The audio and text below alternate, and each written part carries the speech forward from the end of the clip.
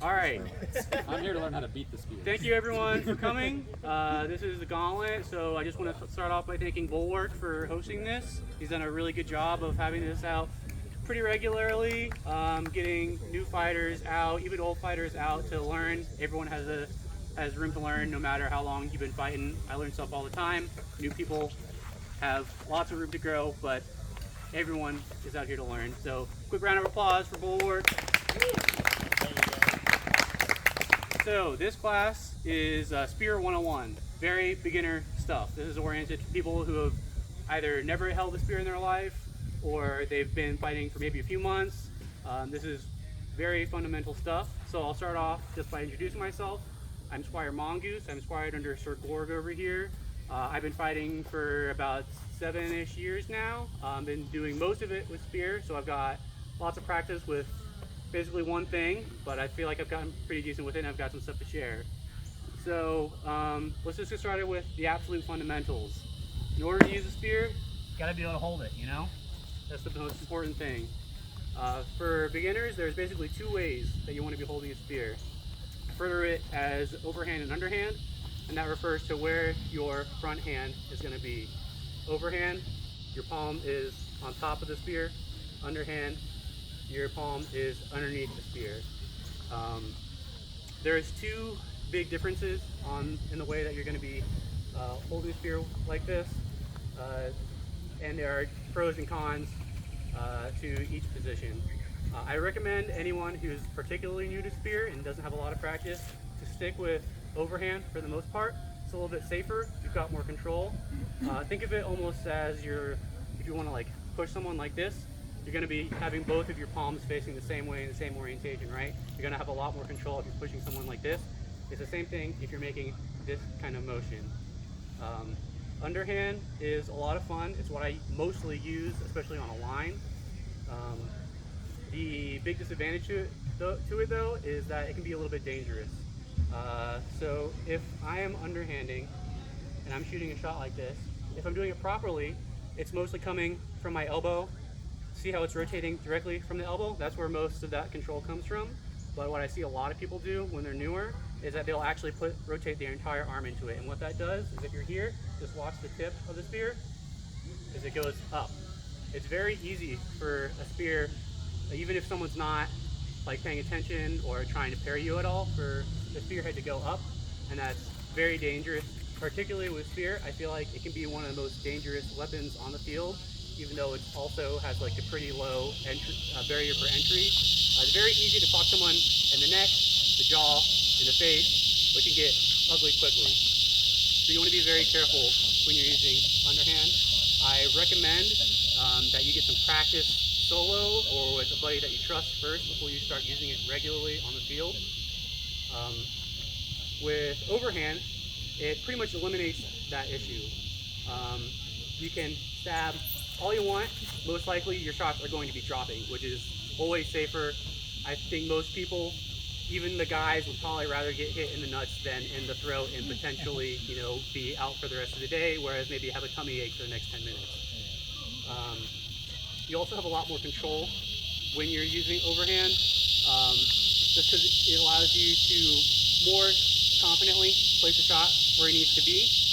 It also lets you get a little bit more power when you're keeping both hands on it like this. I like to use it a lot when I'm trying to just keep someone in control. So, for example, if maybe someone has like a big shield in the way and I just want to keep them at a distance, it's very easy to plant it there, hold it there, and for them to have to kind of wiggle around it and you be able to keep them at a distance. Whereas if it's underhand, it's a little less stable. So it's easier for them to just kind of like roll their shield off and get out of your way. Those are the two basic ones. I don't really recommend going overhead. That's really if you're just going to be like on a very dense line and you need to get far. I don't recommend that for newer fighters. Just because it can be a little dangerous by the nature of it being up top. It's easier for you to hit people in the head. And yeah, just don't do it for now until you're very, very comfortable with what you're doing. The second area I wanted to dive into here was going to be for pull cueing. that's another form of the way you're going to be using your spear a lot. Pull cueing refers to, I don't know how many of you played pool, but you probably are familiar with this motion. While you're keeping your right hand your forward hand relatively loose, and you're having the spear slide along in here. This is more conducive. If you're using underhand, it's a little bit easier, but overhand you can do it as well. This is really good for if you're planning on maybe having like a fully ranged shot and you want to be able to recover from a parry quickly, or even just recover from a regular shot more quickly. What I see a lot of people do, and what I do a lot myself, which is not great, is you'll start throwing a shot and immediately let go. And this gives you a decent bit more range, but it's very easy to get parried out. And then if you're trying to recover, you suddenly got to start doing a lot more movement. Whereas if you get parried while you're out here, you've already got both your hands on the spear, and all you have to do is pull back, and it's right where it used to be. Pull cueing is it's a little bit of a gray area sometimes. If you're trying to like double green someone to get through armor, I've seen some people call double while they're just pull cueing. That is not double green. So if you're going to try to pull cue and get double green, you want to make sure that at least during the last like foot of motion, your forward hand is securely on your spear. That way you're moving with both of your hands. The other thing about underhand versus overhand is how much it changes your range. A lot of people think that it doesn't make a big difference, but I would say it probably makes a difference of about a foot, which is actually pretty significant.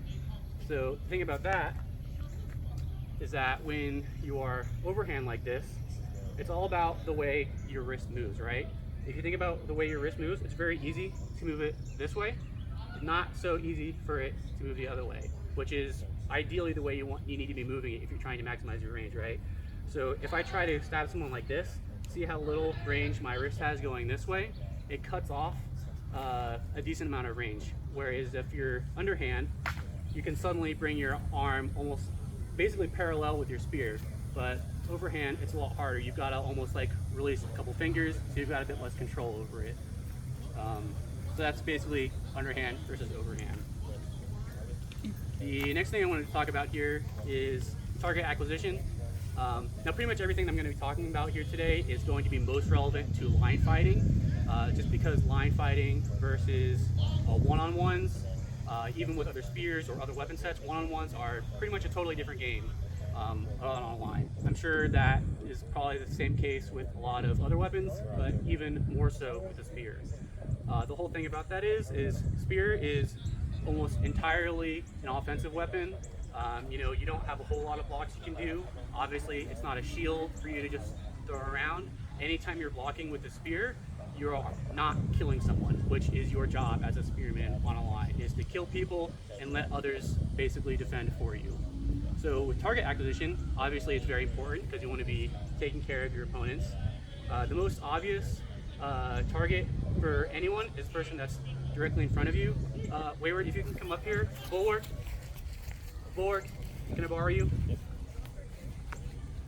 And let's say we've got someone with a shield over here, and you want to get on this side. And we've got two people over here, and let's say Bulwark is the person that's right in front of me here, and he also has a shield.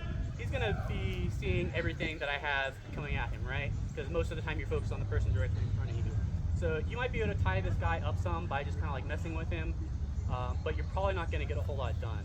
Whereas the person next to him is most likely going to be paying attention to the person that's next to you, or maybe even one person down the line from him, or maybe an archer that's behind them.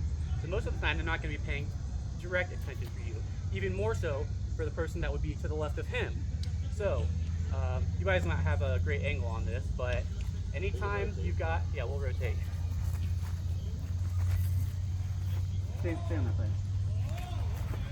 Anytime you've got someone that is at an angle to you, especially if they're right-handed, their shield is going to do a good job of protecting anything on this side.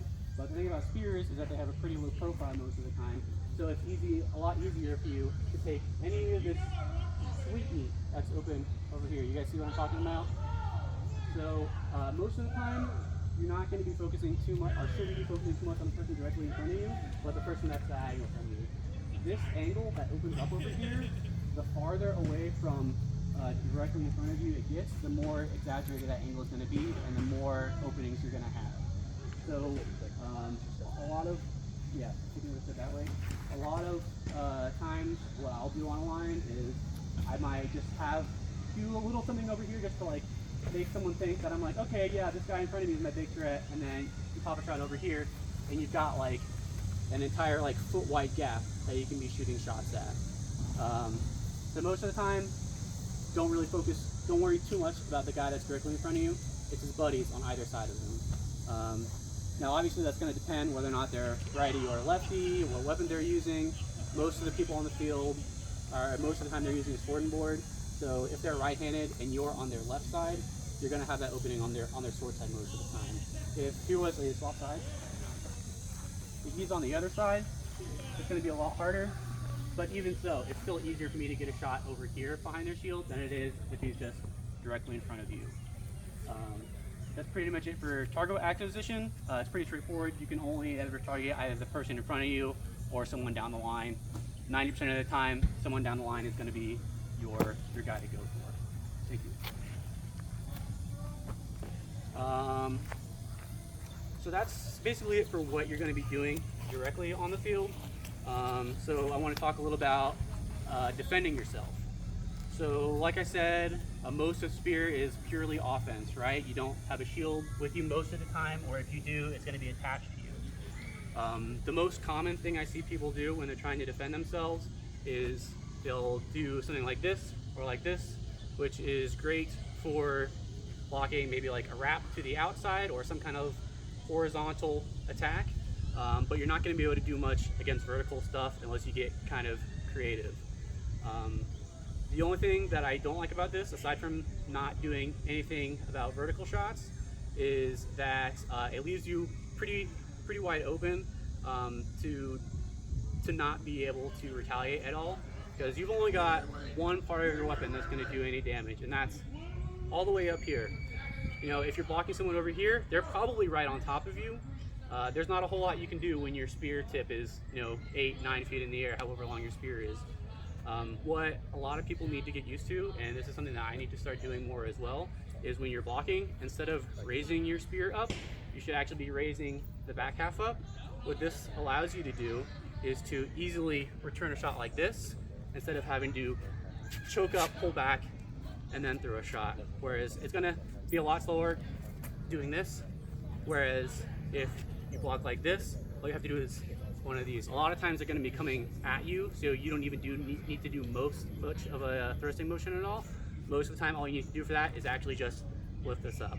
Now, obviously, you have another few feet that's behind you, so you want to try to be aware of the people that might be behind you, because you don't want to be clocking your friends in the head with nothing but core. It's going to be a bad time. So if you're doing that, just try to be aware of everyone that's around you. The other part of defense is your shield options. So there's basically two. I've seen a couple people try to have like a punch shield in their hand so they can block stuff if someone tries to rush on them. I guess that works if you've got really big hands and you can handle a spear and a shield in the same hand. Most of the time though, and the most popular that I see, is using a buckler. And this just refers to anything that's strapped to an arm like this. So this is really good for passive blocks. You don't really need to do a whole lot with these other than just keep it in front of you. A big thing to pay attention to when you're using one of these is to not have one that is too big. I see a lot of people that maybe they also red fight, or they fight with a lot of red fighters, and so they're like, all right, well, I want a buckler so I don't have to think about it very much, and they end up with these huge round shields that more often than not, I find anyways, just get in the way. When you are fighting with a spear, it's a lot of doing this, or you're changing angles, and you're most of the time trying to fit yourself in between other people on the line. So I like to use something that's pretty low profile. That way you can squeeze in where you need to be and have just enough coverage, but not too big to actually be getting in the way. Most of the time, if you have a buckler, it does all the work for you. Someone's shooting an arrow at you, as long as you're keeping a decent profile, everything is just going to plink off of your shield. They might get like a leg shot or maybe a head shot. Wear a helmet for that. Legs, there's not much you can do other than I hope they're not too good of a shot, I suppose. And for back shields, that's your other big choice. Now obviously you're going to have to work a lot harder if you're wearing a back shield to block any shots. I mostly use this just in case I'm expecting the field to be a little bit more open, maybe more skirmishy, not as dense line fighting. This isn't really going to get in your way as much. Again, as long as you have an appropriately sized one. Anytime you're using a shield too big, whether it's a strap shield or a back shield, if you're using one that's too big, it's only going to get in your way. Always make sure you're finding one that is appropriately sized for your body. So the thing about back shields is that you have to work a lot harder to get any blocks in. A lot of times it's only really going to help you if someone is trying to throw a wrap shot on you, which I don't think most people are going to be doing against a spear because you're so easy to hit on the front of your body. The big thing with those is that it is a lot easier for you to be running around, and if you see an archer maybe aiming at you or taking a shot at you, it's a lot easier to just lean into it real quick, block it, and keep moving. And then you can focus on whatever else you were doing. But there's not a whole lot to talk about shields there. It's really a matter of preference. I personally, if I'm in like a super dense line fight, I won't even use a shield, but that's just personal preference. But if you're gonna be using one, always the big thing to remember is find one that is appropriately sized for you. For back shields, you want to find one that's maybe about shoulder width, maybe a little bit narrower. This one is a little bit narrower. I'm not too worried about the outside of my shoulders. Most people, when they think of back shields, they're wanting to get something that at least goes on top of their shoulders to prevent those like shoulder chops. So as long as it comes above your shoulders, that's really all you need. And you don't want it to be too thin because you want to be able to confidently block shots when you spin around with it. Same thing with bucklers, you don't want to be too big, it can get in the way. I've had a few times where you're on a really dense line and it will actually stop you from being able to do anything. Suddenly your front arm is locked up and you can't really do anything at all. It sucks. There's only a couple other points that I wanted to make here.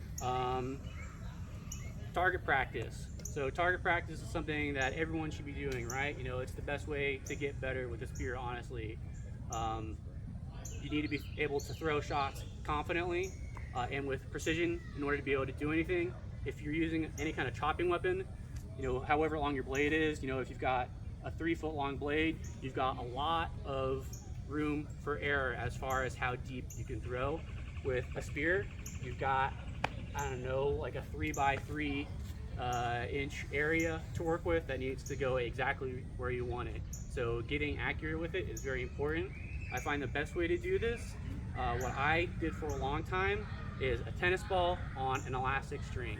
You can do this inside if you have room for it, like in a garage, or if you've got a good tree outside, you can hang it from there and literally hit it, let it start moving, and while it's still in motion, just try to keep it in motion, hitting it over and over again as much as you can.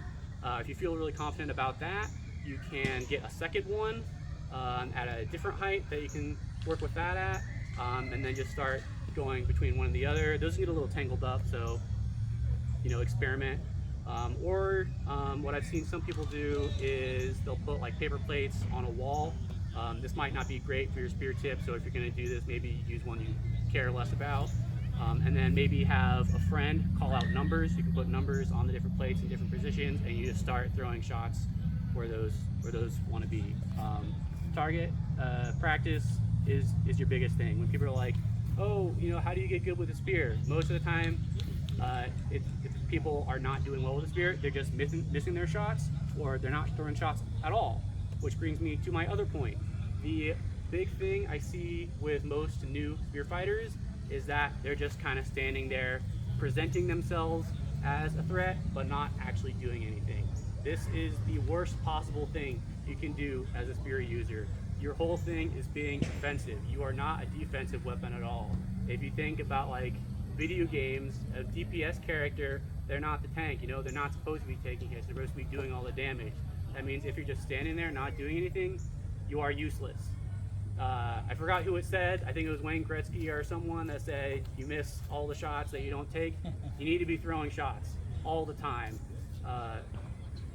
Spear is probably one of the most cardio intensive weapons to use for the simple fact that you need to be throwing shots all the time. Even if it's just to keep someone tied up, just stab. Even if it's someone with a massive tower shield and you don't think you can do anything, even just like keeping them busy and focused. If there's someone next to you with like a longer weapon, or even someone that's confident with rushing in, as long as you can keep them tied up, they're going to be focusing on you, giving your buddy plenty of time to go in on them. The other note that I had was, we touched on it a little bit, is recovering from parries, right? So parries are probably the bane of most spear users. Like we said earlier, if you are pull queuing, it's going to make it a lot easier to recover from a parry just because you've already got both of your hands on your weapon. It makes it a lot easier to just pull back with your backhand, and most of the time you're not going to have to move a whole lot more from there to put your spear where you want it to be. But since most spearmen have the bad habit of letting go halfway through their shot, if you get parried, this can go anywhere, plus a mile. And I've seen this happen a couple times. It's happened to me, and it feels really bad when it happens. Is you get parried out when you only have one hand on it. There's a lot of times when someone will parry your weapon out to the side with a little bit of an upward angle. If you got people next to you and you're going up at an upward angle, where's that line up with? Face. With the face. It's happened to me twice where I've got a buddy that I'm fighting with get cracked in the face with a core, and it never ends well. It's a bad time. So being able to recover from a parry is very important, obviously. Not just to keep yourself alive and to maintain yourself as a threat, but for the safety of those around you. So if you're staying pull queuing, like I said, it's a lot easier to recover, but if you are going to be taking your hand off shots, you want to be able to get in the habit of quickly returning your hand to your spear. That way you can pull back and start throwing shots again and not be a danger to those around you. The biggest mistake that I see people do when they're trying to recover from a parry is that when they're all the way out here, they're trying to reach all the way up here because they want their hand to be where it needs to be in order to throw shots. But if you're recovering, you're not worried about throwing a shot, you're worrying about getting your spear back where it needs to be. So don't worry about grabbing all the way up here when it's already in motion. With how fast it's going to be moving and how far out that is, you're probably going to miss that grab every time. Just put your hand on top of your other one and then pull back from there. It's the easiest way to recover from a parry. It's way faster, it's a lot safer, and you'll have a much funner time. I think that is pretty much everything that I had prepared. So if y'all have any questions, the floor is open. Bulwark. For those who are fighting against you as a spear, what is the best way that you found for the person to be doing to stop you from stabbing? So the biggest threat for any spear is someone with a shield. Just because they are blocking most of their body. Most of the time it's going to be pretty difficult for you to get around their shield unless you set up some kind of feints, which I might talk about later in like an advanced class. But if you are someone that's facing against a spear and you're trying to kill them, if you have a shield, most of the time, just make sure your torso is covered. Don't move your shield. Don't, at all. As long as your whole torso is covered, you'll be fine. They might be able to get a leg shot off of you, but honestly, leg shots are kind of hard, especially if you're in motion. Just plant that shield nice and square right across your torso, move in, and you'll be just fine. So you say it's best to rush the spearman as a swordsman? Yes, for anyone. Super I mean, aggression. so a spear, you know, most of the time it's 8 feet plus long. You've only got one contact point you're allowed to hit someone with. As long as you can make it past that initial few inches, most of the time you can get in and they won't be able to choke up fast enough to be able to do anything about Do you that. recommend trying to use your shield to push the tip down as you come in? Or is that not a very effective thing to try to do? You can. I think it kind of depends on how big your shield is. If you've got a large enough shield that it's going to cover your whole torso, you don't even need to worry about it. Yeah. If you've got a small shield, you're going to have to maybe get a little bit more creative. By the virtue of having a smaller shield, obviously it covers less of you, so you're going to need to get a little bit more proactive with getting that spear out of the way. But even then, if you have a shield at all, I'm assuming you also have like a blue in one hand, I would probably recommend getting that spear out of the way with your weapon, and then just in case you miss or something, keep that shield in place. It's charging. Yeah, if you're charging a spearman at all, keep your shield in place. You don't really need to move it as long as it's already well positioned. You can use your other hand to get it out of the way and then get close and chop on them. You left-handed. I'm not, but I have a badly damaged right arm, so I can't use the sword right-handed. I think I saw Diz first. Yeah. So talking small teams, like, you know, more than 2 but less than 10 or 20. So you're talking like a ditch scenario. Okay. What's your priority target on one of the opponents? What are you going for? Legs? Are you going for arms, shoulders, hip? Like It kind of depends. It kind of depends on what the composition is. Most of the time, you know, if you can kill someone outright, that is always going to be a better choice than legging them.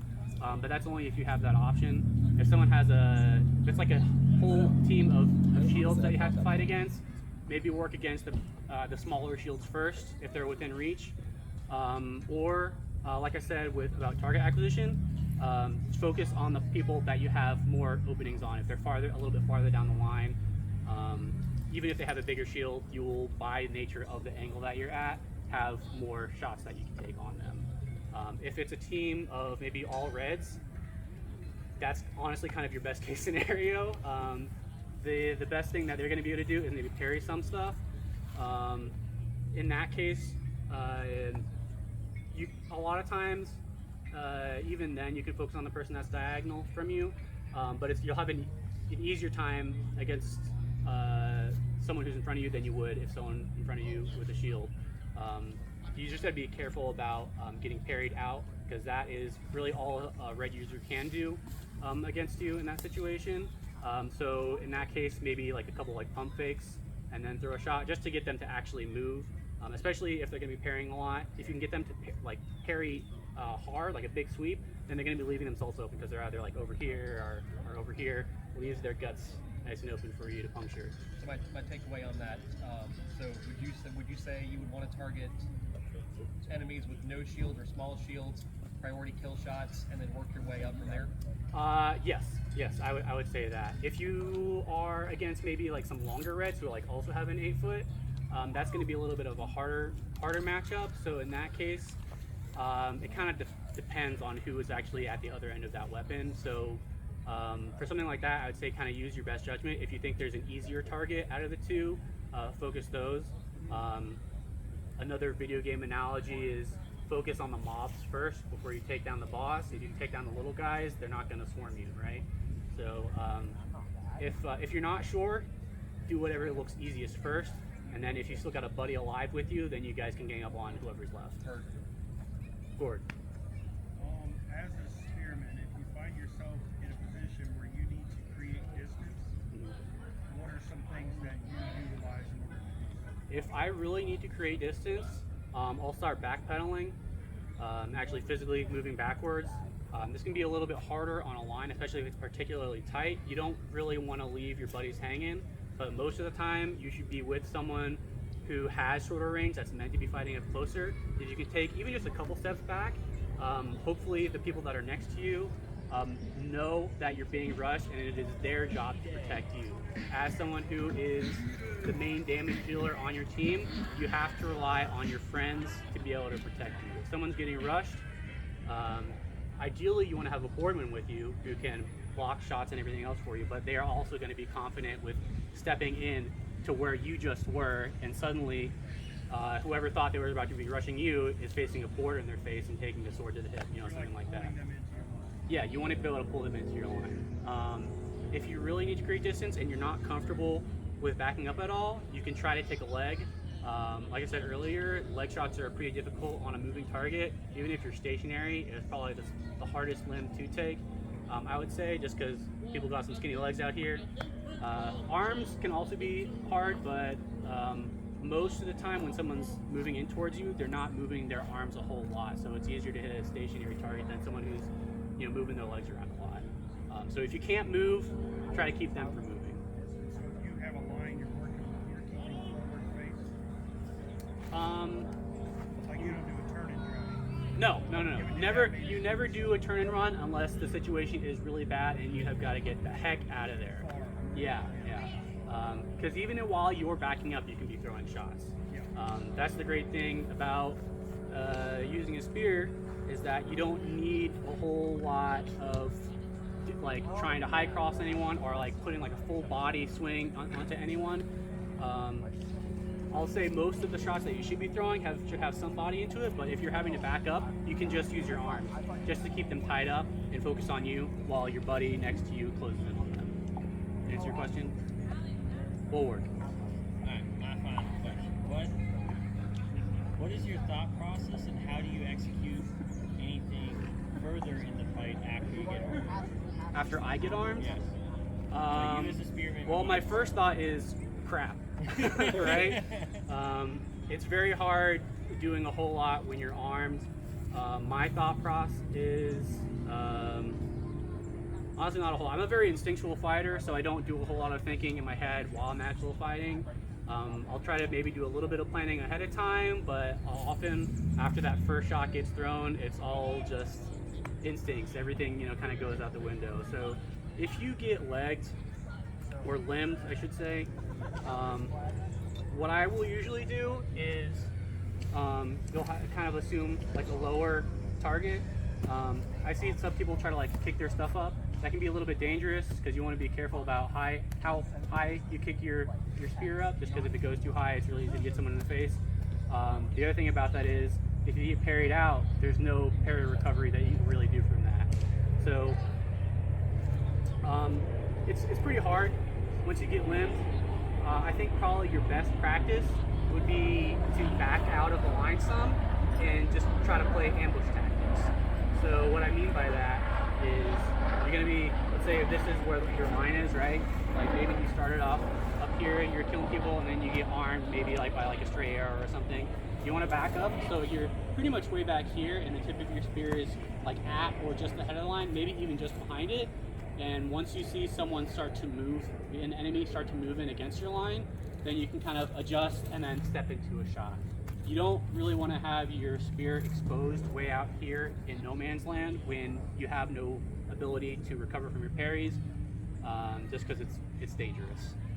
So getting limbed, especially armed, create some distance and try to just take shots when they're available from a safe distance. If you've got someone that can heal, even better, is just get out of line, go find your healer, get your arm back, and get back to business. If there's no healer, just do what you can. Maybe someone will be nice enough to kill you and you can go res and get your arm back. Do you move your hand positioning any from like mid to like where would you normally position? I kind of, when I have both hands, I actually move around a decent bit depending on the distance of my enemies. Sometimes I'll be way up here, sometimes I'll be way back here.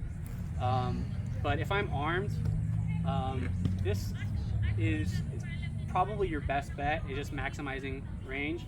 Just because if you're over here, it doesn't, I personally don't feel like it gives you a whole lot more control, which might seem counterintuitive, since if you're right out here, you've got all this weight out here, you've got to use a little bit more muscle to move your tip around.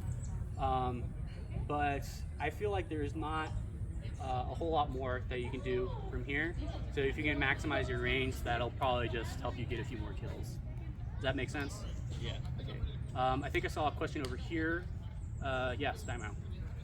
So you went over how a buckler on the upper arm and a shield and a back shield would work. Mm-hmm. How do you feel about the effectiveness of a shield on the forearm?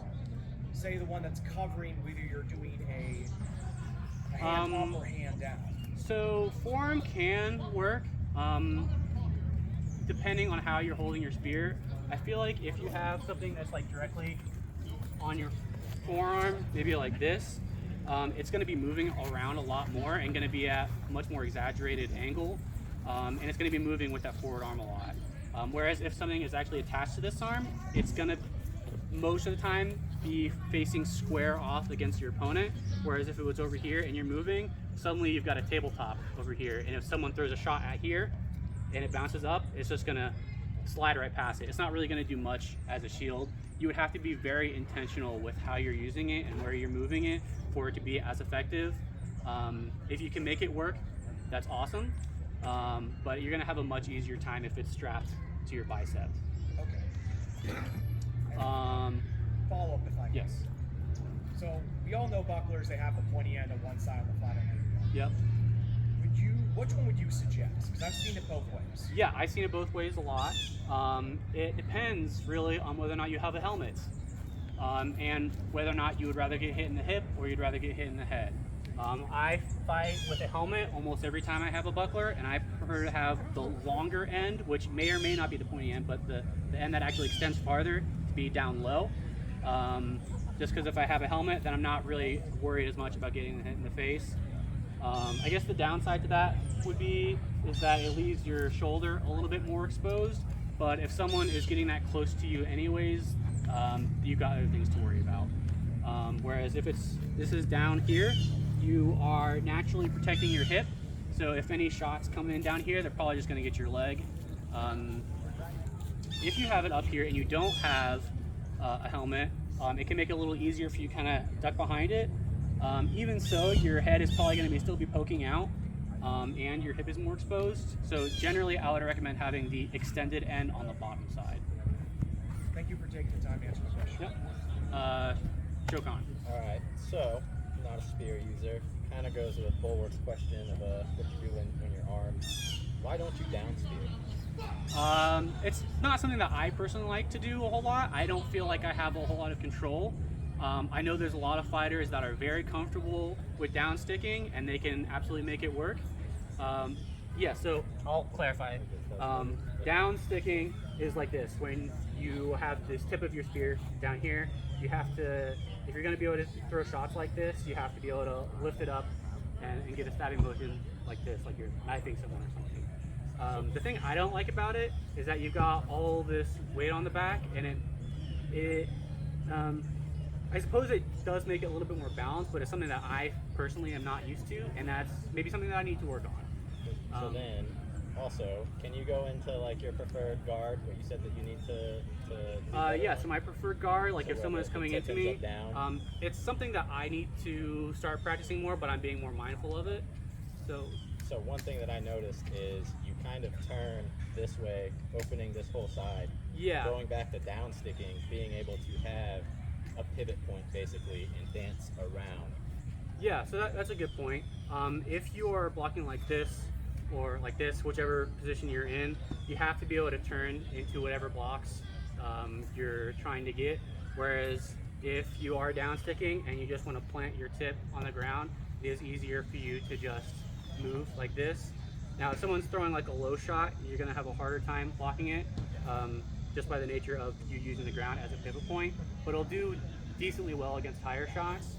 I personally am not just a big fan of that. If you're planting your spear into the ground, it's going to wear on your spear tip a lot faster.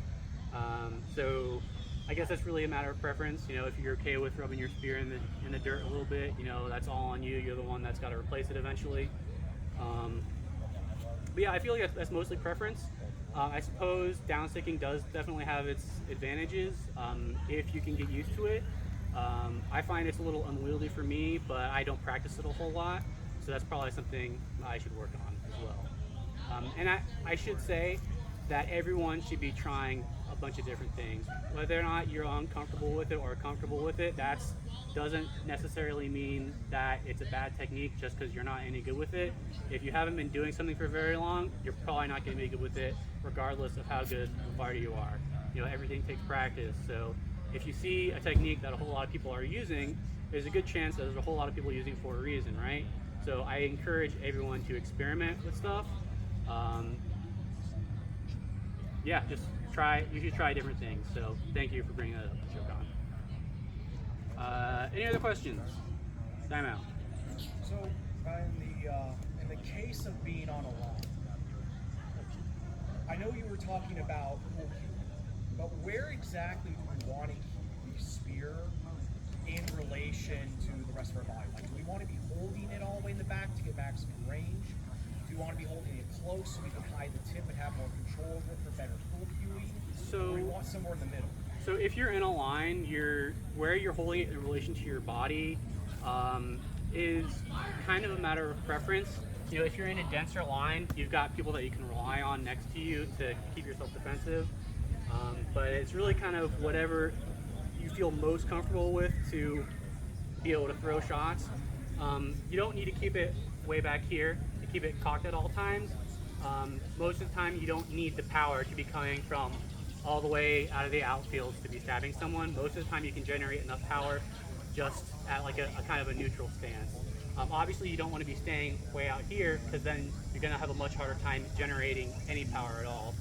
So I would say for starters, wherever you're going to be holding your spear, you want your hands to just kind of be on either side of your body. If you are farther out like this, that will give you a better time of making like an outward angle like this, or if you fight with it on your other side, if you keep it outside, it's easier for you to have a sharper angle coming out to the left. Whereas if it's closer to you, you'll have a slimmer profile. So if someone is throwing vertical shots or someone is shooting arrows at you, anytime you have a slimmer profile, it's going to make you harder to hit.